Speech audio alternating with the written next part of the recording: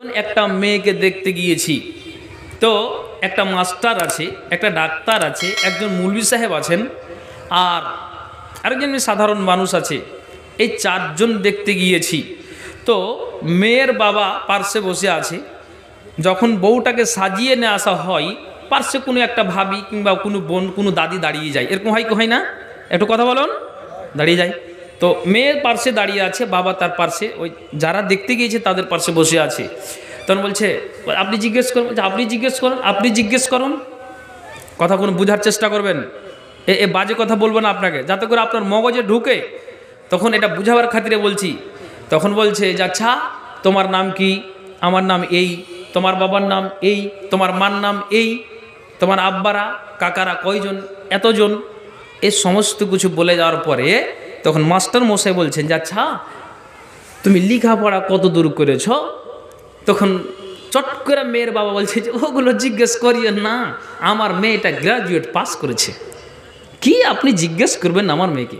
মানে কত গর্বিত, কত আনন্দিত, মেয়েকে গ্র্যাজুয়েট পাস করেছে, তার জন্য আনন্দিত। কি আমার মেয়েকে আপনি জিজ্ঞেস করবেন? তখন মৌলভী সাহেবের মানে গাটা শিউরে উঠেছে, শরীরটা জ্বলে উঠেছে। Graduate pass? তা আমি তাকে আরেকটু জিজ্ঞেস করি, আচ্ছা বোন, তোমার বাবা বললো যে গ্র্যাজুয়েট পাস, তোমাকে একটা কথাও জিজ্ঞেস করবো। বলছে বলেন। বলছে আচ্ছা এই কড়িয়ালি, এই ঝাঙ্গড়ো পাড়া মানে মসজিদ থেকে তোমার বাড়িটা কত দূর? তো বলছে 50 মিটারও হবে না মৌলভী সাহেব।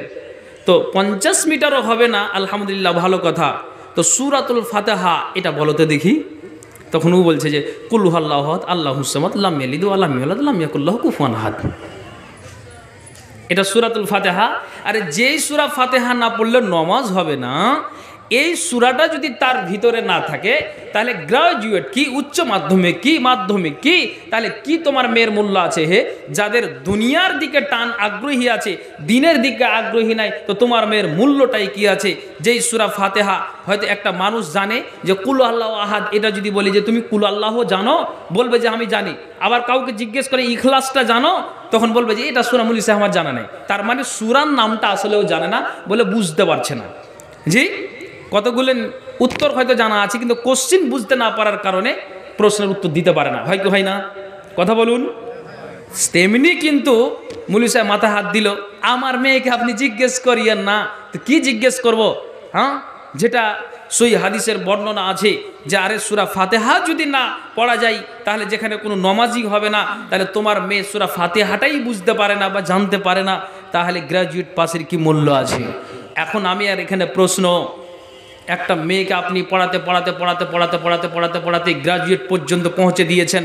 এটা দুনিয়ার জন্য শিক্ষার বিরোধী করছি না আমি বুঝাতে চাইছি যে এতটাই আপনি আগ্রহী, এতটাই টান যে গ্র্যাজুয়েট পর্যন্ত পৌঁছে দিয়েছেন, তাহলে সামনে 50 মিটার দূরে আপনার বাড়ি, এই আপনার কড়িয়ালি মসজিদ থেকে 50 মিটার দূরে বাড়ি। যে মেয়েটা গ্র্যাজুয়েট পাস, সূরা ফাতিহা কোনটা সেটা বুঝতে পারে না, তাহলে এই মেয়েটার আগ্রহী বাবার আগ্রহী কোনখানে আছে? কথা বুঝাতে পেরেছি? হ্যাঁ না বলুন। দুনিয়ার দিকে এতটাই আগ্রহী, তো শরীয়তের দিকে আগ্রহী কোথায়? হায় হায় হায় হায়। একটা বন্ধুকে ফোন করছি, যে ফোন করছি, তো ফোনটা ধরে নিয়েছে তার বাবা। বলছে আমি জামিরুল বলছি, দেন তো আপনার ছেলেকে। বলছে তোমাদের মনে হয় জ্ঞানকাণ্ড নাই জি। বলছি কেন জি ভাই? বলছে সামনে মাধ্যমিক পরীক্ষা, হুঁশ নাই, ফোনে কথা বলবে। আহারে, সামনে মাধ্যমিক পরীক্ষার জন্য যদি তোমার ব্যাটার ফোনের স্টাফ হয়ে যায় 5 মিনিটের জন্য, তাহলে বাবা এক সজাগ হলো যে এক্সট্রা লেটার মার্ক আমার ছেলেকে নিতে হবে, বাস। এতটাই আপনার আগ্রহী। আমার এখন এখানে প্রশ্ন যে তাহলে এই দিনের জন্য আপনার আগ্রহী কোথায়? হায় হায় হায়। এই জন্য আল্লাহ বলছেন যে মানুষ যারা দুনিয়ার পিছনে ছুটে, যে একে ওভারটেক করে তাকে ওভারটেক করে চলে যায়, যে আমি একে ওভারটেক করে আমি কিছু আর ব্যবসাতে জড়িয়ে তাকে ওভারটেক করে আমি যেন আমি ব্যবসাটা আরও কিছু এগিয়ে নিয়ে যাই, এটা দুনিয়ার জন্য এগিয়ে যাচ্ছে, মনস্কামনা ঠিক আছে, দ্রুত এগিয়ে যাচ্ছেন, আগ্রহী আছে। তেমনি আল্লাহ তাআলা বলছেন এই গুণ যাদের ভিতরে থাকবে, তারা দিনের জন্য আগ্রহী হয়ে তারাই যেন দিনের জন্য ছুটবে। আল্লাহ বলছেন এরাই কল্যাণের দিকে দ্রুত এগিয়ে যাচ্ছে এবং তারাই হলো অগ্রগামী।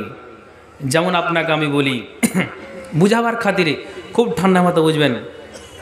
নবীজি বলছেন কিয়ামতের দিন 1-2 করে 7 প্রকার লোক আর সে নিচে ছায়া পাবে। বুখারীর হাদিস, এটা স্পষ্ট হাদিসের বর্ণনা, এতে কোনো জাল জয়ীফ নাই। তো নবীজি বলছেন তার ভিতরে হলো ওই ব্যক্তি কালবুন মুআল্লাকুন ফিল মসজিদে, একটা ওই ব্যক্তি যে একটা লোক জোহর পড়ে আসলো তো তার মগজে উঠে আছে যে আমি কখন আসর যাব।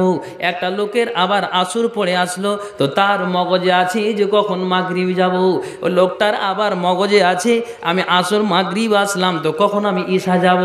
একটা লোক কোনো দিন আজান শোনার পরে একটা মুমিন লোক কোনো দিন বাড়িতে ঘুমিয়ে থাকতে পারে না। তাহলে আপনাকে বুঝাই যে একটা লোক ওই ব্যক্তিটা যার সদা সর্বদা মসজিদে তার দিলটা আটকানো আছে, মানে আটকানোর মানে এটা নয় যে ফ্যানের মতো সে ঝুলে আছে, তার দিলটা টাঙ্গানো আছে, এটা শব্দের মানে এটা নয়। তার মানে হলে এটাই যে লোকটা আসর পড়ে আসলো তো মাগরিব যাবে, এই যে তার আগ্রহী, এই যে তার টান। রাসূল বলছেন যে যাদের এই আগ্রহী থাকবে কিয়ামতের দিন 7 প্রকারের মধ্যে এই ব্যক্তিটা আরশের নিচে ছায়া পাবে। জোরে বলুন আলহামদুলিল্লাহ। এরকম আগ্রহী থাকতে হবে, তাহলে আপনার প্রতিফল ভালো আছে। কিন্তু নিজের যদি বাড়িওয়ালিটা আপনি জোহরের খাওয়া দাওয়ার পর তাকে যদি উঠান যে উঠো হে জলিলের বাপ, এখন সময় হয়ে গেল আসরের, তখন আপনি ঘড়িটা ধরে নেন যে এখন কোড়িয়ালি মসজিদে আজান শুনতে পেলাম, এখন আর যাওয়া যাবে না। আহলে হাদিসের চাটে এটা জানতে পারি যে 15 মিনিট না হলে জামাত চালু হয় না, এখন থেমে যাও, এখন থেমে যাও, এখন আর যেতে হবে না। এই করতে করতে আপনার মাগরিব চলে গেল, মাগরিবের পর ঘুমটা ভাঙলো, কোড়িয়ারি বাজাল গেলেন, পার্সেই তো ভালোকা স্টেশন, এই করতে করতে আপনি মাগরিবটাকে কাটিয়ে দিলেন। নবী বলছেন লোকটা নামাজ পড়ে বলে কিন্তু শরীয়তের দিকে তার আগ্রহী নাই। কথা বোঝাতে পেরেছি? নামাজ পড়ে বটে কিন্তু আগ্রহী নেই। তাহলে আপনাকে একটা হাদিস শুনিয়ে দিই, এই মা বোন পর্দার আড়ালে বসে আছেন, বুঝাবার জন্য বলছি। আল্লাহ পাকের রাসূল একটা হাদিস বর্ণনা করছেন। কি হাদিস? হাদিসটা শুনেন আপনারাও। হাদিসটা কি? এই যে দেখেন কেমন আগ্রহী, তা আমাকে আপনাকে সেরকম শরীয়তে আগ্রহী থাকতে হবে, ওই জন্য বিভিন্ন কথা দিয়ে সর্বপ্রথম আপনাকে আমি বুঝালাম। তো হাদিসটা কি? নবী বলছেন মা মিন আবদিন মুসলিমিন ফি কুল্লি ইয়াউমিন ওয়া লাইলাতিন ইসনা আশারা রাকাতান।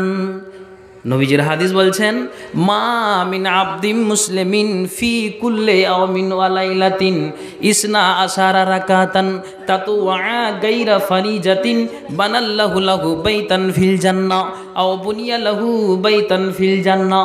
নবীজি বলছেন যেই ব্যক্তিরা যারা দিনে এবং রাতে ফি কুল্লি ইয়াউমিন ওয়া লাইলাতিন যারা নিয়মিত, যারা 5 ওয়াক্তের নামাজে 1-2 করে করে ইসনা আশারা রাকাতান যারা 12 রাকাত সুন্নাতকে আদায় করে দেয়।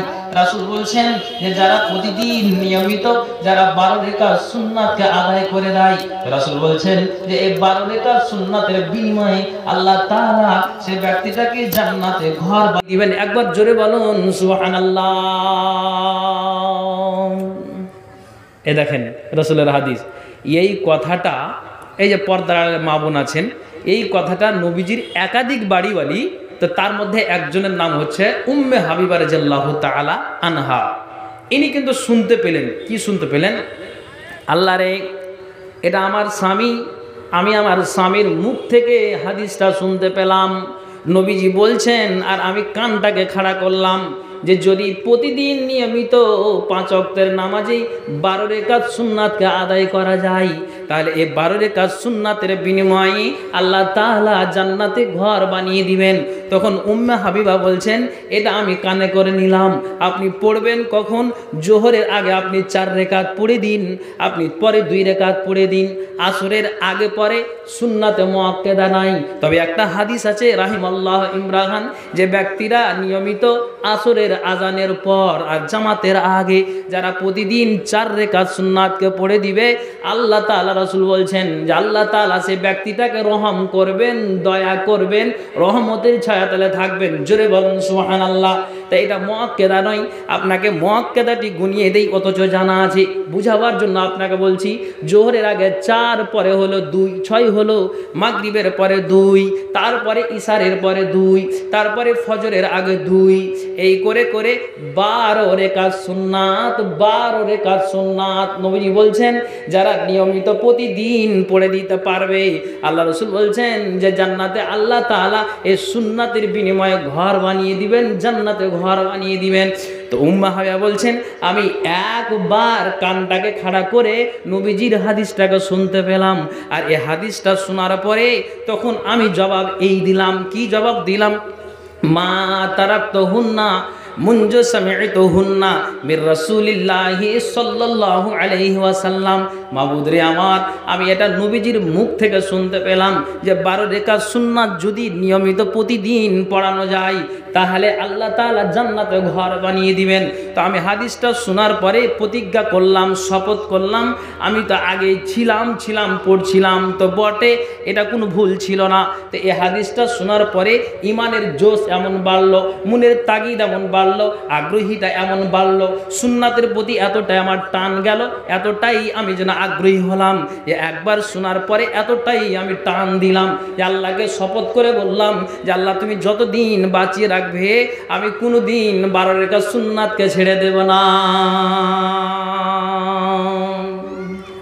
জি, আপনাকে হাদিস কি বললাম? এই যে কালবুন মুআল্লাকুন ফিল মসজিদ, তাহলে এই পুরুষের এরকম আছে জোহর আসলাম আসর কখন যাব, আসর আসলাম মাগরিব কখন যাব, এই আগ্রহী আছে? নেই। তাহলে এই উম্মা হাবিবার মতো এই নারীদেরকে পাওয়া যাবে যদি যাই এই ঝাঙ্গড়পাড়া গ্রামে, তো আলহামদুলিল্লাহ। জি, আর না থাকে তো ইন্নালিল্লাহ। আপনাকে আর কি দিয়ে বুঝাবো আমি? তো উম্মা হাবিবা বলছেন আল্লাহ, আমি এই হাদিসটা শোনার পরে এতটাই আমি আগ্রহী হলাম, আমার মনের জোশ এতটাই বাড়লো, তা আমি শপথ করে নিলাম যে আল্লাহ আমি আর ছাড়ব না। সুবহানাল্লাহ। তাহলে এই টান, এই আগ্রহী এই বানি আদমের হবে কখন? জি, আপনাকে আমি এই জন্য এগুলো কথা বুঝাবার জন্যই বলছি, একটু বুঝার চেষ্টা করুন, একটু বুঝার চেষ্টা করুন। রাসূলের হাদিস দিয়ে আপনাকে আমি বুঝাচ্ছি কেন, যাতে করে আপনি বুঝতে পারেন এই টান, এই আগ্রহী মানে আপনার আমার কেমন হবে। যেমন আপনাকে বুঝাই, আপনার যেন রোম সম্রাট কাইসার হেরাক্লাসের নিকটে যখন আল্লাহ পাকের রাসূল পত্র লিখলেন, যখন নবীজি চিঠি লিখলেন, ওই চিঠিটা আল্লাহ পাকের রাসূল যখন চিঠিটা দিয়ে পাঠালেন, ওই চিঠিটা যখন হেরাকেল বাদশাকে যখন দেওয়া হলো, তখন ওই পত্রবাহক দেহিয়া বিন খালিফা কালবি উর্ফে দেহিয়াতুল কালবি, এই দেহিয়াতুল কালবি যখন হেরাকেল বাদশাকে এই চিঠিটা যখন দিলেন, তখন হেরাকেল বাদশাহ যেন একজনকে দিয়ে চিঠিটা পড়ার দায়িত্ব দিলেন যে চিঠিটা পড়ে শোনাও। তখন চিঠিতে লেখা আছে বিসমিল্লাহির রহমানির রহিম, তার মানে নবীজি যতগুলি আপনার মুশরিকদেরকে চিঠি লিখতেন তো শুরুতে বিসমিল্লাহির রহমানির রহিম লিখতেন। তো আল্লাহ পাকের রাসূল বিসমিল্লাহির রহমানির রহিম দিয়ে চিঠিগুলোকে লিখলেন, মিন মুহাম্মাদিন আবদুল্লাহি ওয়া রাসূলিহি ইলা হিরাকিল আজিমির রুম, সালামুন আলা মানি তাবা আল হুদা, আসলিম তাসলাম ইউতিকাল্লাহু আজরাকা মাররাতাইন, ফা ইন তাওয়াল্লাইতা ফা ইন্না আলাইকা ইসমাল আরসিয়ান। হেরাকেল বাদশাকে যখন এই চিঠিটা দিয়েছে, দেখেন ভালো করে শুনবেন, একজন অমুসলিম, তো চিঠিতে বিসমিল্লাহির রহমানির রহিম যে লেখা আছে, তখন বলছে পড়ে শোনাও তো। কইছে আল্লাহ এবং আল্লাহ রাসূলের পক্ষ থেকে হেরাকেল বাদশার প্রতি শান্তি বর্ষিত হোক। জি, এভাবে লেখা আছে। তারপরে লেখা আছে কি আসলিম, আপনি ইসলাম কবুল করুন, তাসলাম আপনি নিরাপদ থাকুন। আসলিম, আপনি ইসলাম কবুল করুন, যদি ইসলাম কবুল করেন তো ইউতিকাল্লাহ আজরাকা মাররাতাইন, আল্লাহ তাআলা আপনাকে দ্বিগুণ পুরস্কার দান করবেন। আবার চিঠিতে লেখা আছে ফা ইন তাওয়াল্লাইতা, যদি আপনি মুখ ফিরিয়ে নেন, এড়িয়ে যান, তো ফা ইন্না আলাইকা ইসমাল আরসিয়ান, তাহলে প্রজাবিন্দের পাপ আপনার উপরে বর্তাবে। এই চিঠিতে যে এইভাবে লেখা আছে, তর্জমা করে যখন শোনানো হলো, তখন তাদেরকে জিজ্ঞেস করছে চট করে, আপনাকে শর্ট করে বলছি, অনেকটি কথা আপনাকে আমাকে বলে দিতে হবে, তারপর ঠিক আমি আমার পয়েন্টে চলে আসছি। তখন হেরাকেল বাদশাহ বলছেন, আচ্ছা ভাই বলো তো, যেই লোকটা চিঠিটা দিয়ে পাঠিয়েছে একটু আমাকে শোনাও। কি শোনাবে বলো তো? আচ্ছা বলো তো, যেই লোকটার ব্যাপারে মক্কাতেই তার নামটা শুনেছি, তার চতুর্দিকে নামটা ছড়িয়ে আছে। যেমন নতুন নতুন ডাক্তার জাকির নায়েক যখন ভারতবর্ষের মাটিতে দিনের দাওয়াত শুরু করলো, যখন চতুর্দিকে তার নামটা ছড়িয়ে গেল, তো অমুসলিম ভাইয়েরা এবং আমাদের জাত ভাইয়েরাও তার প্রতি ষড়যন্ত্র শুরু করে দিল। তো হিরাকেল বাদশাহ যদিও অমুসলিম, তারপরও তার জ্ঞানটা আপনি শুনে নেন, তার আগ্রহীটা শুনে নেন। আমি আপনাকে এটাই বুঝাবার জন্য বলছি। হিরাকেল বাদশাহ বলছেন যে একটু তার ব্যাপার আমাকে শোনাও, যতটা আমি নিজে শুনতে পেয়েছি। তো তুমি হলো নবীর দাসের লোক, তো তুমি একটু আমাকে শুনিয়ে দাও। আচ্ছা বলো তো, কোনো দিন লোকটা কি মানুষের সাথে লোভ লালসা করে কোনো জিনিসকে কি চেয়ে নেয় নাকি? তখন উত্তর দিলেন যে না, কোনো দিন এটা তার দ্বারা দিয়ে হয় না। তার বংশমর্যাদা কেমন? তখন উত্তর দিলেন যে তিনি হলেন উচ্চ বংশীয়। হেরাকেল বাদশাহ নিজের মস্তিষ্কটাকে নড়ায় আর বলে যে হ্যাঁ, নবীরাই উচ্চ বংশীয় হয়ে থাকেন। আচ্ছা বলো তো, তোমাদের সঙ্গে কি কোনো দিন সে চুক্তি ভঙ্গ করেছে? তবে না, না কোনো দিন চুক্তি ভঙ্গ করেনি। আচ্ছা বলো তো, তাদের সাথে কি, তার সাথে কি কোনোদিন তোমাদের লড়াই হয়েছে? বলছে হ্যাঁ হয়েছে, একবার উহুদে, একবার বদরে। তো বদরে তারা জয় হয়েছে, উহুদে আমরা জয় হয়েছি। বিভিন্নের মধ্যে কথা আছে। এই করে করে শেষ কথাটা হেরাকেল বাদশাহ বলছেন আর অত কথা বলতে যাব না। মানে একটা দুইটা করে করে 10খানা প্রশ্ন করেছেন। তো 10 নম্বরে এবার হেরাকেল বাদশাহ বলছেন যে আমার দিকে একটু লক্ষ্য করো, ওই লোকটা তোমাদেরকে কি আদেশ করেন, কি নির্দেশ দেন, আর কোনটা গুরুত্বপূর্ণ কথা বলেন? তখন বলেন জনাব বাদশাহ নামদার, আমার দিকে একটু লক্ষ্য করুন। লোকটা এই কথা বলে যে যদি তোমরা লা ইলাহা ইল্লাল্লাহ, যদি এটা মনে এঁকে নাও, অন্তরে এঁকে নাও যে আল্লাহ ব্যতীত কোনো মাবুদ নেই, আল্লাহ ব্যতীত কোনো ইলাহা নেই, এটা যদি তোমাদের দিলে গেঁথে নাও যে আল্লাহ এক ওয়া দ্বিতীয়, তিনি একজন আছেন, থাকবেন, আছেন, থাকবেন, এতে কোনো সন্দেহ নাই, তাহলে এটা যদি সাক্ষী দিয়ে দেন এক। তারপরে তিনি বলে দেন, তারপরে তিনি বলছেন আল্লাহ তাআলা আমাদের প্রতি 5 ওয়াক্তের সালাতকে ফরজ করেছেন, এটা ঠিক টাইমলি মতো বলে দিতে হবে 2। তারপরে আল্লাহ যদি মানুষকে ধন দিয়ে থাকে, মাল দিয়ে থাকে, তাহলে বাৎসরিক হিসাব করে সে মালের যাকাতটা বের করে দিতে হবে। তারপরে 11টি মাস পরে একটি পবিত্র মাস আসে, সেটা হলো মাহে রমজান মাস। এই মাসটাতে যদি সঠিকভাবে 30টা সিয়ামকে পালন করে দিতে পারে। তারপরে বলছেন যে শুনে রাখো যে এই কথাগুলি হেরাকেল বাদশার সামনে ব্যক্তিটি যখন পেশ করলেন, বলছেন এই এই আমাদেরকে আদেশ দেন, নামাজ পড়ো, রোজা রাখো, হজ করো, যাকাত দাও, এই কথাগুলি তিনি বললেন। হেরাকেল বাদশা নিজের মস্তিষ্কটাকে নড়ান, নিজের মাথাটাকে হিলান, বলছে ঠিক আছে, ঠিক আছে, আমি তোমারকে এই জন্য প্রশ্ন করলাম। আরও আগে লোকটার ব্যাপারে অনেকটাই কথা আমি জেনেছি, কিন্তু তোমার কথাতে আর আরও যে শুনেছি তাদের কথাতে একবার মিল আছে, এতে কোনো সন্দেহ নাই। কোনো সময় বিন্দু মাত্র 5 মিনিটের জন্য তুমি বাড়িয়ে কথা বলনি, যা বলেছ সত্য বলেছ। আচ্ছা নবী কোনো দিন মিথ্যা কথা বলেন না, এটা সত্যি জানা গেল, আর তোমার মুখ থেকে এটা প্রমাণ হলো। তখন হেরাকেল বাদশা বলছেন যে আমি কি করব, এখন কি করা যায়? তখন অবশেষে সমস্ত কিছু নবীর ব্যাপারে জেনে নেওয়ার পর হেরাকেল বাদশা বলছেন যে আহারে, আমি তো আছি এক দাসে, নবী আছেন আর এক দাসে, তো আমার যাওয়া তো সম্ভব নয়। তখন হেরাকেল বাদশা উত্তর দিলেন ওয়ালাউ কুনতু ইনদাহু লাগাসালতু আন কাদামাইহি। সমস্ত কিছু যখন শুনলেন, শোনার পরে বলছে যে আমার তো এখন যাওয়ার ক্ষমতা নাই, তো যদি আমি যেতে পারতাম, এই কথাটা শুনবেন। হেরাকেল বাদশা কি বলছেন? যদি আমি যেতে পারতাম তাহলে 1 লোটা পানি নিয়ে, 1 কলসি পানি নিয়ে ওই পানি থেকে আমি লোটাতে ঢালতাম, আর ওই লোটার পানি কিংবা জ্যাকের পানি নিয়ে আমি রসুলের 2 পাখানা ধুয়ে দিতাম। এতটাই আমার টান রসুলের দিকে, এতটাই আমার আগ্রহী রসুলের দিকে যে এই কথাগুলি শুনে আমি আর থাকতে পারছি না, কিন্তু এখন এই মুহূর্তে যেতে পারছি না। তবে যদি যেতে পারতাম তো এতটাই আমার মন, এতটাই আমার আগ্রহী হয়েছে যে আমি 1 লোটা পানি নিয়ে রসুলের পাকে ধুয়ে দিতাম। এখন আপনাকে বুঝাই যে যদিও বাদশা তারপরও অমুসলিম, যদি তার মুখ দিয়ে এই কথা বের হয় যে একটা অমুসলিমের মুখ দিয়ে যদি এই কথা বের হয় যে নবীর কাছে যেতে পারলে পা ধুয়ে দিতাম, তাহলে এর মুসলমান চট করে আপনাদের যুবক ভাইয়ের মাথায় উঠে যাবে যে নবী তো আজ 1450 বছর হয়ে গেল কবরে শুয়ে আছে, কি করে নবীর পা ধুয়ে দিব? পা ধোয়া নয় তো, পা ধোয়ার জায়গাটা অপশন তাদের রসুল রেখে গিয়েছেন। এখন আপনাকে বলি যে একটা অমুসলিম বাদশা নামদার যদি এইভাবে তার আগ্রহী থাকে, তাহলে আমরা মুমিন মুসলমান আপনার কেন নামাজে আগ্রহী হবে না? আপনার কেন রোজায় আগ্রহী হবে না? আপনার নবীর সুন্নাতের প্রতি কেন আপনার টান হবে না? আপনি হেরাকেল বাদশার দিকে ইতিহাসটা ফলো করুন।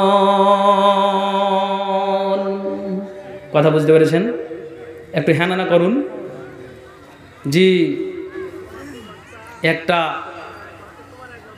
একটা আমাদের বাড়ির কাছে একজন হিন্দু, মানে ওই দোকানদার, জিলাপির দোকান, মিষ্টির দোকান, তো বলছে যে আমার শ্বশুর মারা গিয়েছে, আমি বলছি কিছু খেয়ে নেন, তো বলছে যে খেতে পারবো না। কেন পারবেন না? মুসলিম বলছে না, ওটা কথা নয়, শ্বশুর মারা গিয়েছে, এখন 4 দিন মানুষের বাড়ি খেতে পারবো না। আমার যেটা শালা উনি বলছেন যে ও 13 দিন একটা সাদা কাপড় পরে ওকে থাকতে হবে, আর ধুতি সাদা লুঙ্গি পরে ওকে 13 দিন থাকতে হবে, ঠান্ডা হোক গরম হোক তাকে এইভাবেই থাকতে হবে। কতদিন? 13 দিন। যেই দিন 12 দিন হয়ে যাবে, 13 দিনকার দিন বিশাল একটা গ্রামে ভোজ হবে, ভোজ হওয়ার পরে মানুষকে খাওয়াতে হবে। যদি না খাওয়াই তাহলে বাবার অসুবিধা আছে, বাবাকে হয়তো নরকে যেতে হবে, বাবার বিপদ আছে মরে যাওয়ার পর। তো এই বিপদকে উদ্ধারের জন্য আমরা খাবো না, আমরা জামাই এবং বেটি আমাদেরকে 4 দিনের দিন মানুষকে ভোজ খাইয়ে দিতে হবে, না তো চুকে গেলাম আমরা, যেন হয়েলাম কি যে আমরা দোষী হয়ে গেলাম, আর আমাদের দোষীর কারণে বাপ যাবে জাহান্নামে। তো এটা অতএব কোনোদিন 4 দিন আমি খেতে পারি না।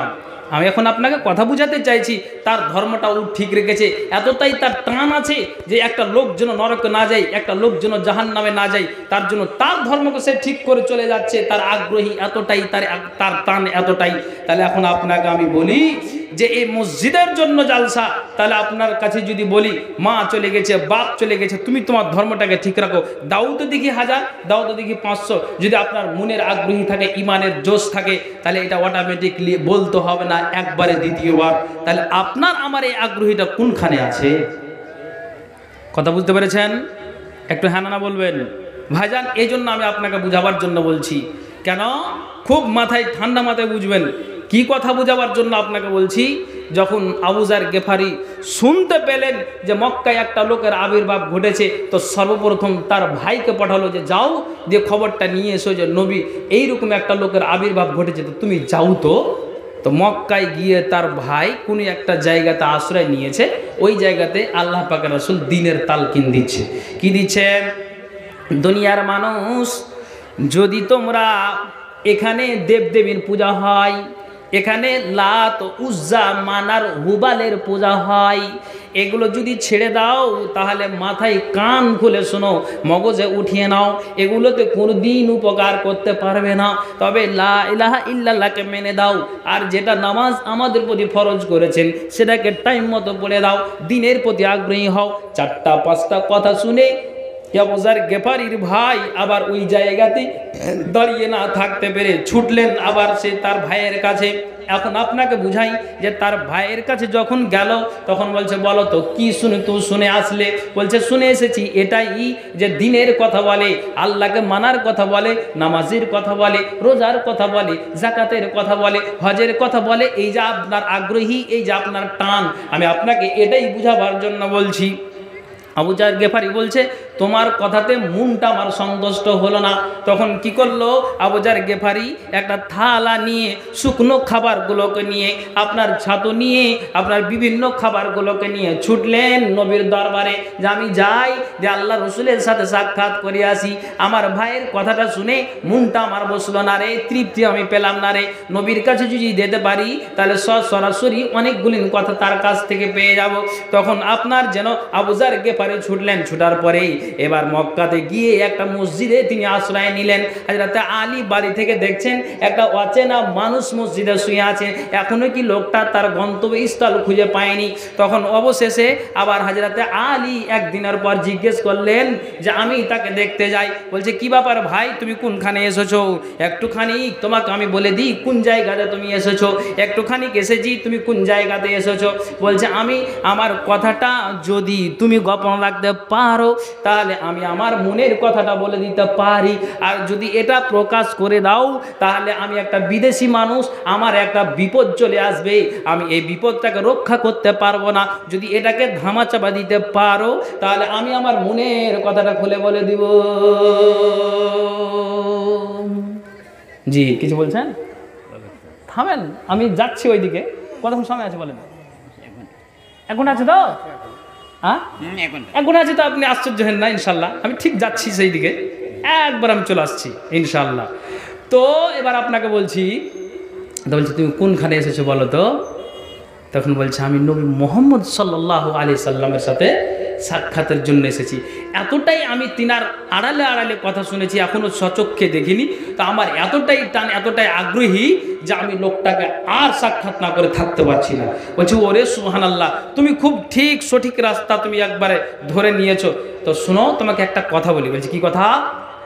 বলছে এখানে এখনো পর্যন্ত মক্কাতে আবু বকর যদি কোরআন তেলাওয়াত করে তাহলে দুশ্মনের ভয়ে আবু বকর আস্তে আস্তে কোরআন তেলাওয়াত করে, অথচ আবু বকরের ইমানের ভোল্টেজ এতটাই, তার ইমানের কাছেই আমার মতো আলী তার কাছে হার মেনে যায়। তাহলে শুনে রাখো, একটা ইমানের ভোল্টেজওয়ালা মানুষ যদি এইভাবে সাইলেন্স হয়ে যদি কোরআন তেলাওয়াত করে তাহলে শুনে রাখো এখনো পর্যন্ত ইসলাম ক্ষমতায় আসেনি। কোরআন উচ্চকণ্ঠে পড়বে, নামাজ এখনো ক্ষমতায় আসেনি। নবীজিকে আল্লাহ তাআলা জানিয়ে দিলেন, নবী মুহাম্মদ পড়ুন সাল্লাল্লাহু আলাইহি সাল্লাম, তুমি যখন কাফেরেরা এইরকম কথা বলে তো নামাজের মধ্যে তুমি সূরাটাকে কি করো, মিডিয়াম পড়ো, যাতে করে তারা শুনতে না পায়। বলছে চলো, তা আমি যে যাচ্ছি তো তুমি একটা কথা জেনে রাখো, এখানে চতুর্দিকে দুশ্মনের খেলা, তা আমার একটা কথা মাথায় রাখো। কি মাথায় রাখবো? বলছে আমি যাব আগে আগে, আমি হলাম রাহাবার, আর তুমি আমার থাকবে পিছনে। আমি চলে যাব আগে আগে, তুমি থাকবে পিছনে। পায়ে তোমার চপ্পল আছে, জুতা আছে, কোনো অমুসলিম উতবা সাইবা, কোনো যদি অমুসলিম ভাই আপনার আবু জাহাল, আবু সুফিয়ান, মক্কার বড় বড় লিডারেরা যদি সাক্ষাৎ হয়ে যায়, আমাদের সামনে যদি মুলাকাত হয়ে যায়, যদি চোখে পড়ে যায়, তাহলে চট করে পায়ের চপ্পলটাকে খুলে নিবে, আর পায়ের চপ্পলটাকে খুলে কোনো একটা রাস্তার কিনারাতে দাঁড়িয়ে যাবে, আর রাস্তার কিনারাতে দাঁড়িয়ে তুমি চপ্পলটাকে ঠিক করার বাহানাতে এমনি এমনি নাড়াচাড়া করবে। মানুষ যদি জিজ্ঞেস করে যে একটা দেহাতি অচেনা লোক, বুঝতে পারি না কি হয়েছে যে রাস্তার কিনারায় দাঁড়িয়ে আছে, আর যদি দেখা না হয় তো সরাসরি নবীর দরবারে নিয়ে যাব, কেউ যেন জানতে না পারে। গোপনে দুশ্মনের ভয়ে, তারপরও তাদের আগ্রহী কতটা নবীর সাথে সাক্ষাতে যাচ্ছেন। আমি বুঝাচ্ছি এটাই যে আপনার আমার আগ্রহী ইসলামের প্রতি কখন হবে, এটাই আমার প্রশ্ন আজকে, এটাই আমার বক্তব্য। তখন যে সরাসরি রসুলের কাছে হাজির হলেন, আল্লাহ পাক রসুল বসে আছেন ঠিক একবার ওই সামনে। আল্লাহ পাক রসুলের কাছে গিয়ে আবু জার গেফারি বসলেন। বলছে আসসালামু আলাইকুম। ওয়ালাইকুম আসসালাম। আল্লাহ পাক রসুল, আমি আবু জার গেফারি কয়েকদিন ধরে আপনার কাছে আসার জন্য আমি পেরেশান হয়ে আছি। তো আপনাকে আপনার রাস্তাটা কোনখান দিয়ে যেতে হবে, আপনার কাছে কোনখান দিয়ে আসতে হবে, তো আমার একজন সাথী ভাই আমাকে বলে দিলেন। তো যা হোক, সেইভাবেই হোক না কেন, আল্লাহ সহযোগিতা করেছেন, আপনার দরবারে এসেছি। নবীজি বলছেন চট করে বলো, চতুর্দিকে কাফের, এখনো পর্যন্ত ইসলাম ক্ষমতায় আসেনি, কি তোমার আসল কথাটা বলে দাও। তখন বলছেন ইয়া রাসূলুল্লাহ, আপনার কথাটা মানুষের মুখ থেকে শুনতে পেয়েছি, আপনি এমন এমন আপনার কথা বলেন, আপনি একটা নতুন নতুন মানুষের সামনে কথা বলেন যারা এখনো পর্যন্ত মানুষকে বলতে পারেনি। তবে আপনার কথা শুনে মনটা আমার আর থাকতে পারেনি, আমি আমার নিজের দেশে থাকতে পারেনি। তো আপনাকে আমি এটা বুঝাতে চাই যে আপনি আপনার দলে আমাকে করে নিন। আমার এতটাই আগ্রহী হয়েছে, এতটাই আমার টান হয়েছে যে আপনার আড়াল থেকে কথাগুলি আমি শুনেছি, কিন্তু আপনার এই কথাগুলি, মিষ্টি কথাগুলি শোনা শোনার পরও আমি নিজে বাড়িতে দেশে থাকতে পারিনি, আপনার কাছে আমি চলে এসেছি। আল্লাহ পাকের রাসূল আপনি নিজে আমাকে দলের মধ্যে করে নিন। তো তখন নবীজি বলছেন যে দলের মধ্যে করব তো তুমি উচ্চ কণ্ঠে বলো লা ইলাহা ইল্লাল্লাহ, আল্লাহ ব্যতীত কোনো মাবুদ নাই, 5 ওয়াক্তের নামাজ পড়বে, রমজান মাসে সিয়াম পালন করবে। আর যদি আল্লাহ তোমাকে মাল দেয় এই মুসলিম হওয়ার পরে, তাহলে তুমি কান খুলে শোনো, বাৎসরিক হিসাব করে মালের যাকাত তুমি বের করে দিবে। তারপরে শেষে আল্লাহ পাক রাসূল বলছেন যে এ আবু জার গেফারি, তুমি আমার একটা শেষের কথা তুমি গোপন রাখো। কি? এখান থেকে যতক্ষণ পর্যন্ত তুমি তোমার দেশ না ফিরে গিয়েছো ততক্ষণ পর্যন্ত মানুষের সামনে মক্কা নগরীতে তোমার ইসলামের কথাটা হাইলাইট করবে না। কেন হাইলাইট করবে না? এখানে আমারও বিপদ আছে, তোমারও বিপদ আছে, যেই তোমাকে রাস্তাটা দেখিয়েছে তারও বিপদ আছে। অতএব এটা অনুরোধ করি, বিনয়ের সাথে বলি, খবরদার মানুষের সামনে ব্যক্ত করতে যেও না। আবু জার গেফারি বলছেন ইয়া রাসূলুল্লাহ, একটা কথা বলবো আমি আপনাকে। বলছে কি? আপনি কি আল্লাহর তরফ থেকে সত্যি নবী? তখন নজরুল বলছেন হ্যাঁ অবশ্যই নবী। আল্লাহ কি আপনাকে সত্যি নবী করে প্রেরণ করেছেন? নবীজি বলছেন হ্যাঁ প্রেরণ হয়েছি। তাহলে যেই আল্লাহ স্বয়ং সহযোগিতায় আছেন, যে আল্লাহ স্বয়ং সার্টিফিকেট দিয়েছেন যে নবী মোহাম্মদ আপনি, তাহলে এটা আল্লাহর তরফ থেকে যদি হয়ে থাকে তাহলে আমি আবু জার গেফারি এতটাই আমি আগ্রহী, যদি অমুসলিমের হাতে আমার জীবনটা চলে যায়, অমুসলিমের হাতে আমার চামড়া যদি তারা ঝুলিয়ে দেয়, তবু আমি উচ্চ কণ্ঠে মক্কা নগরীতে আমি এটা লা ইলাহা বাক্য পাঠ করব। যদিও আমার জীবনটা চলে যায়, জীবনটা আমার ধসে যায়, কেননা আপনার কাছে ইসলাম কবুল করার পরে আমি আর থাকতে পারি না যে মানুষের সামনে ইমানটাকে আমি আগ্রহীর সাথে আমি বলবো যে রসুলের দলে আমি হতে পেরেছি, রসুলের কাছে আমি আসতে পেরেছি, রসুল আমাকে দলে নিয়েছেন। তো এটা আর আনন্দের বিষয় ছাড়া কি আছে? আল্লাহ পাকের রাসূল যদি কাফেরের হাতে আমি মরে যাই, জীবন যদি আমার শেষ হয়ে যায়, এখন তো আমি শহীদের দরজা পাবো রসুল। তা আমি এটা ভয় করি না, আমি আগ্রহের সাথে মানুষের সামনে, অমুসলিমদের সামনে আমি ইসলামের কথাটা আলোচনা করে দিব। বলেন সুবহানাল্লাহ। আপনাকে কোনটা বুঝাই? এখন নবীর কথা আড়াল থেকে শুনতে পেয়ে তার ভাইকে পাঠিয়ে নিজের সন্তোষজনক কোনো কথা না বলতে পেরে নিজে ছুটেছেন, কতটাই আগ্রহী, ইসলামের দিকে কতটাই টান। তাহলে এই বানি আদমের আগ্রহী টান কতটাই হবে? আমি আপনাকে এটাই বুঝাতে চাইছি, কতদিন পর আপনার মগজে ঢুকবে, আগ্রহী আমার আপনার কতদিন পর হবে। সুবহানাল্লাহ, আমি এটাই বুঝাতে চাইছি। আমার মাথায় ঘন্টা বাজছে, একটা দায়িত্ব পালন করে দিতে হবে। তবে একটা হাদিস আপনাকে আমি বলিনি, ঠিক আমি সেই জায়গাতে আসছি। কি হাদিস? আল্লাহ পাকের রাসূল মসজিদে নববীতে তিনি বসে আছেন, দিনের কথা বলছেন। আর ওই মুহূর্তে বুখারী শরীফের হাদিস, বুখারী মুসলিম হাদিসটা রয়েছে, ওই মুহূর্তে একজন ব্যক্তি, এক দেহাতি ব্যক্তি রসুলের কাছে চলে গেছেন। আচ্ছা, আপনাদের বিরক্ত লাগছে নাকি ভাই? অসুবিধা হচ্ছে কি? তো রসুলের কাছে গিয়েছেন, তখন রসুলকে গিয়ে কি বলছেন জানেন? ভালো করে শুনবেন। ইয়া রাসূলুল্লাহ, আমি আপনার দরবারে এসেছি, আপনার চরিত্রটা মানুষের কাছে জানতে পেরেছি, আপনি এমন একটা মানুষ। তা আপনার কাছে আমি এসেছি এই জন্য যে আমি কয়েকদিন ধরে আমার পেটে দানা যায়নি, কয়েকদিন ধরে আমি এখনো পর্যন্ত খেতে পাইনি। আল্লাহ পাকের রাসূল, তা আপনি আমার জন্য খাবারের ব্যবস্থা করে দিন। তো নবীজি বলছেন যে তুমি আমার বিবিদের কাছে যাও, আর বিবিদের কাছে গিয়ে খাবারের ব্যবস্থাটা তারাই করে দিবে। খুব খেয়াল করে শুনবেন। তখন যেন ওই ব্যক্তিটা নিজের বিবিদের কাছে আসলেন, মানে আল্লাহ রসুলের বিবিদের কাছে আসলেন। আসার পরে আয়েশাও বলে, হাফসাও বলে যে নবী পাঠিয়েছেন একটা মেহমানকে, তো খাবার কি দিব? তো আয়েশা বাড়ির দিকে যান, তো বাড়িতে পানি ছাড়া আর ব্যবস্থা নাই। হাফসাও ঘরের ভিতরে দেখেন তো বাড়িতে এক কলসি পানি ছাড়া আর খাবারের কিছু নাই। তখন লোকটাকে বলল যে নবীকে গিয়ে বলো গা যে বাড়িওয়ালিদের কাছে পানি ছাড়া কিছু খাবারের ব্যবস্থা নাই। খুব খেয়াল করে শুনবেন, এই হাদিসটার পরে আমি যাচ্ছি একদিকে। তখন এসে তখন নবীজিকে বলছেন ইয়া রাসূলুল্লাহ, বুখারীর হাদিস, ইয়া রাসূলুল্লাহ, বাড়িতে খবর আসলো, অভাবের সংসার থেকে উত্তর আসলো, বাড়িতে পানি ছাড়া কিছুই খাবারের ব্যবস্থা নেই। তখন আল্লাহ পাকের রাসূল সেই ব্যক্তির হাতটা ধরে বলছেন কে আছো তোমরা?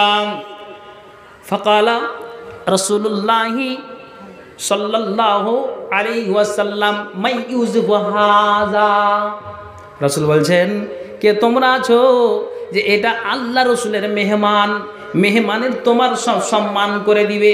তখন একজন ব্যক্তি ফাকাল রাজুলুম মিনাল আনসারে আনা, একজন আনসারি ব্যক্তি মসজিদে নববীতেই দাঁড়িয়ে গেলেন, আর দাঁড়িয়ে যাওয়ার পরে বলছেন ইয়া রাসূলুল্লাহ, এই ব্যক্তিটাকে আমাকে দিন, আমি যাব নিয়ে গিয়ে আপনার এটা মেহমান, আমি মেহমানের একটুও অসম্মান করব না, একটুও কষ্ট পাবে না, আমি তাকে শোয়ার ব্যবস্থা করে দিব, খাবারের ব্যবস্থা আমি করে দিব।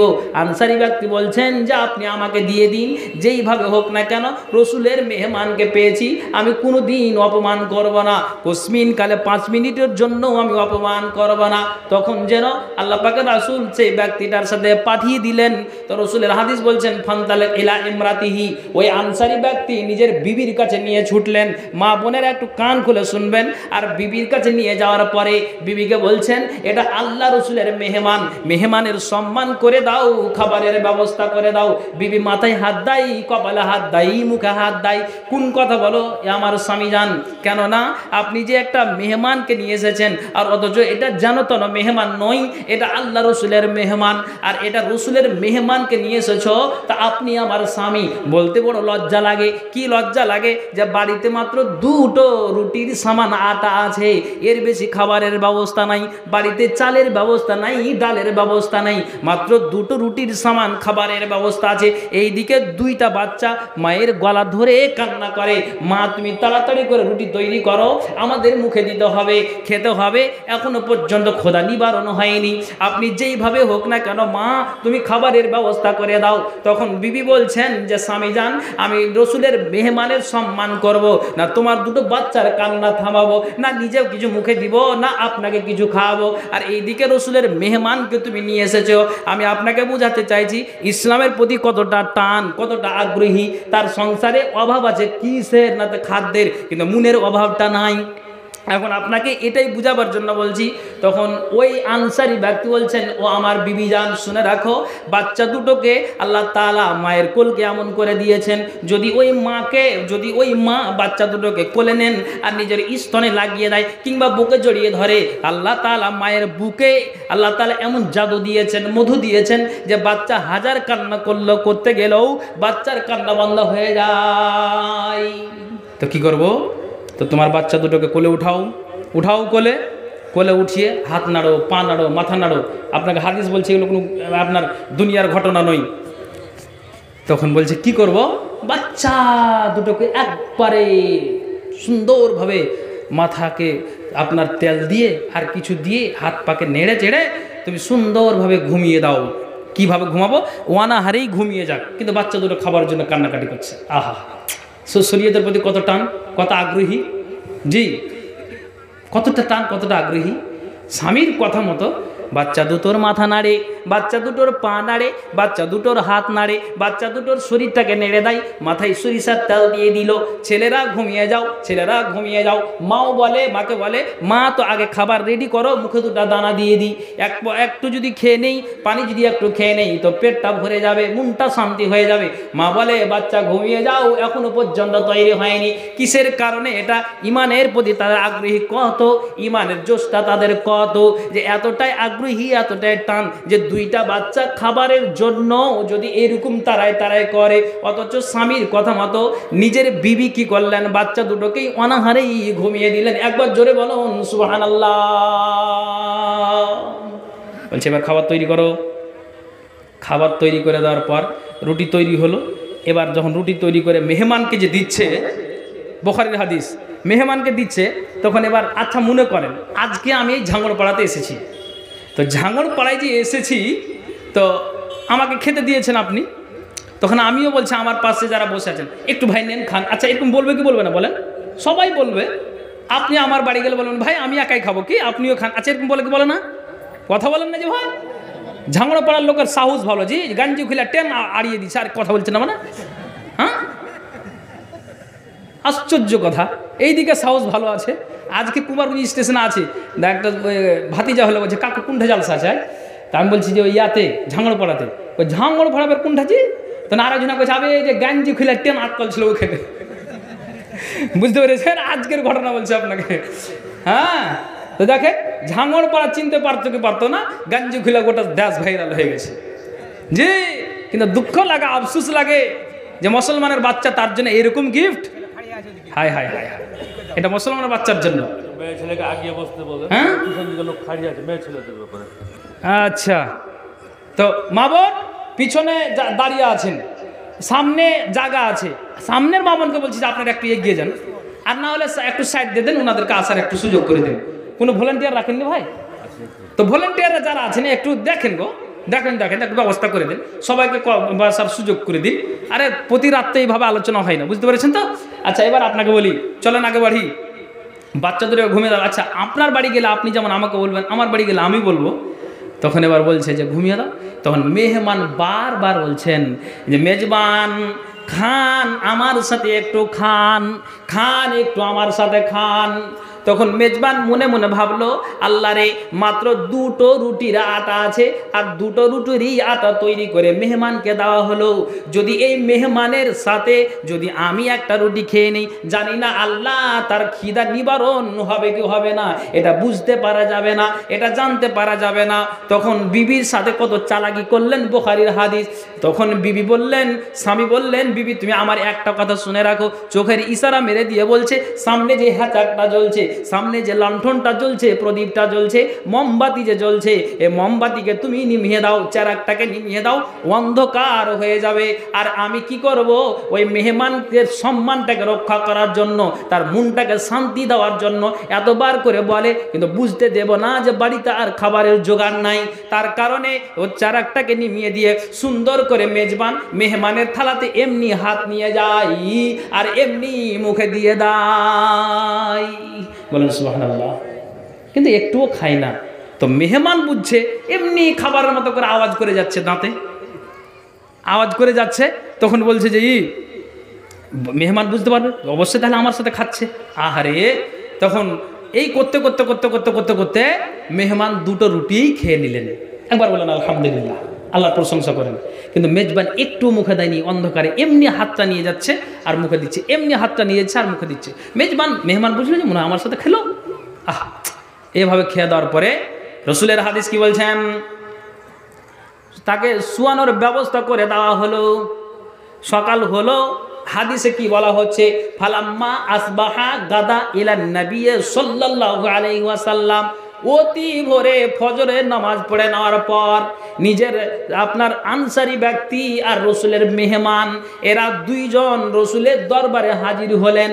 আর নবীজি মসজিদে নববীতে আছেন, ওই জায়গাতে আনসারি এবং মেহমান রসুলের দরবারে হাজির হলেন। তো নবীজি বলছেন, হায়রে আনসারি, হায়রে তোমার বিবি, হায়রে আনসারি, হায়রে তোমার বিবি, আজকে তোমরা যে রাত্রে যে কাজ করেছো, তোমরা যে রাত্রে কাণ্ড করেছো, তোমাদের ব্যবহারে, তোমাদের আখলাকে, তোমাদের ইসলামের দিকে এতটাই টান, এতটাই আগ্রহী, এতটাই তোমাদের ঈমানটা মজবুত, এতটাই তোমরা আগ্রহী। কি আগ্রহী? যে তোমরা যা মেহমানের সাথে ব্যবহার করেছো, জাহাকাল্লাহুল লাইলাতা, আল্লাহ তাআলা তোমাদের এই ব্যবহার দেখে আল্লাহ পর্যন্ত হেসে দিয়েছেন। একবার জোরে বলুন সুবহানাল্লাহ। তোমরা যা ব্যবহার করেছো এই মেহমানের সাথে, এই ব্যবহারে খুশি হয়ে জাহাকাল্লাহুল লাইলাতা, আল্লাহ তাআলা হেসে দিয়েছেন। আও আযাবা মিন ফালিকুমা, এবং আল্লাহ বড় তাজ্জব প্রকাশ করেছেন। তখন আল্লাহ পাক রাসূল বলছেন, আনসারী শোনো, আর তোমার বিবিকেও বলে দিও। কি? আনসারী শোনো, তোমাদের এইরকম অভাবে সংসার, কিন্তু মনের অভাব নয় রে বান্দা। তোমাদের এইরকম ইসলামের প্রতি টান, ইসলামের প্রতি এতটাই আগ্রহী যে বাড়িতে অভাব, নিজের বাচ্চা দুটোকেও ঘুমিয়ে দিলে, নিজে না খেয়ে থাকলে বিবিকেও অনাহারে রেখে দিলে, কিন্তু মেহমানের সম্মান করার জন্য এতটাই তোমাদের আগ্রহী, শরীয়তের প্রতি এতটাই টান, এতটাই তোমাদের মিজাজ চলে গিয়েছে। রসুল বলছেন যে এইরকম রাত্রের কাণ্ড দেখে, দৃশ্য দেখে আল্লাহ হেসে দিয়েছেন, বড় তাজ্জব প্রকাশ করেছেন। এবং আমি নবী মুহাম্মদ রাসূলুল্লাহ বলছি, স্বামী এবং স্ত্রী জান্নাতের রাস্তা তৈরি করে নিয়েছো এইরকম আগ্রহী হয়ে যাওয়ার কারণে। একবার জোরে বলুন সুবহানাল্লাহ, আল্লাহু আকবার। এই আগ্রহী আছে? আছে। এখন যদি মা বোনকে বলি, যাই পলাশবনা থেকে একটা মুলি সাহেব এসছে, খাইতে দাও তো, কছি এছি একদিন জালসা শুনতে যাবো তো কোনটাকার মুলবি, কোনটাকার ঢুলবি, কোনটাকার কোনটাকার ওই। তাহলে আপনার বাড়িতে খাবারের অভাব নেই, আছে কিসের অভাব? মনের অভাব। আর এই মনের অভাবের কারণে আমার আপনার শরীয়তের প্রতি আগ্রহী হচ্ছে না। কথা ঠিক বলছি না ভুল বলছি? হ্যাঁ নানু করেন একটু। এটাই আপনাকে বলছি যে আপনার অভাব আছে কিসের? মনের অভাব। আগ্রহী নাই কিসের? শরীয়তের আগ্রহী নাই। তাহলে আপনি এই আনসারী ব্যক্তিকে ফলো করেন তো। উম্মে হাবিবা একবার শুনলেন, আগ্রহী বেড়ে গেল সুন্নাতের প্রতি। আবু যার গেফারি আড়াল থেকে শুনলেন, তার আগ্রহী বেড়ে গেল, নবীর দরবার সাক্ষাৎ করলেন। হেরাকেল বাদশাহ নিজে একজন অমুসলিম হতে গেল বাদশাহ, তারপরে জ্ঞান করে বলছে, আহারে এতটাই আমার এখন আগ্রহী হচ্ছে, যদি যেতে পারতাম পা ধুয়ে দিতাম। এই আনসারী এবং তার বিবিকে আপনি দেখুন যে নিজে অনাহারে থেকে গিয়ে তারপরও জান্নাতকে নেওয়ার জন্য এতটাই আগ্রহী যে ছেলে দূরও অনাহারে, স্বামী স্ত্রীও অনাহারে, এতটাই আগ্রহী। আমার আপনার আগ্রহী কখন হবে, কোন জমানায় হবে, কোনখানে হবে? হায় আল্লাহ, এটা আমি আপনাদেরকে বুঝাতে চাইছি।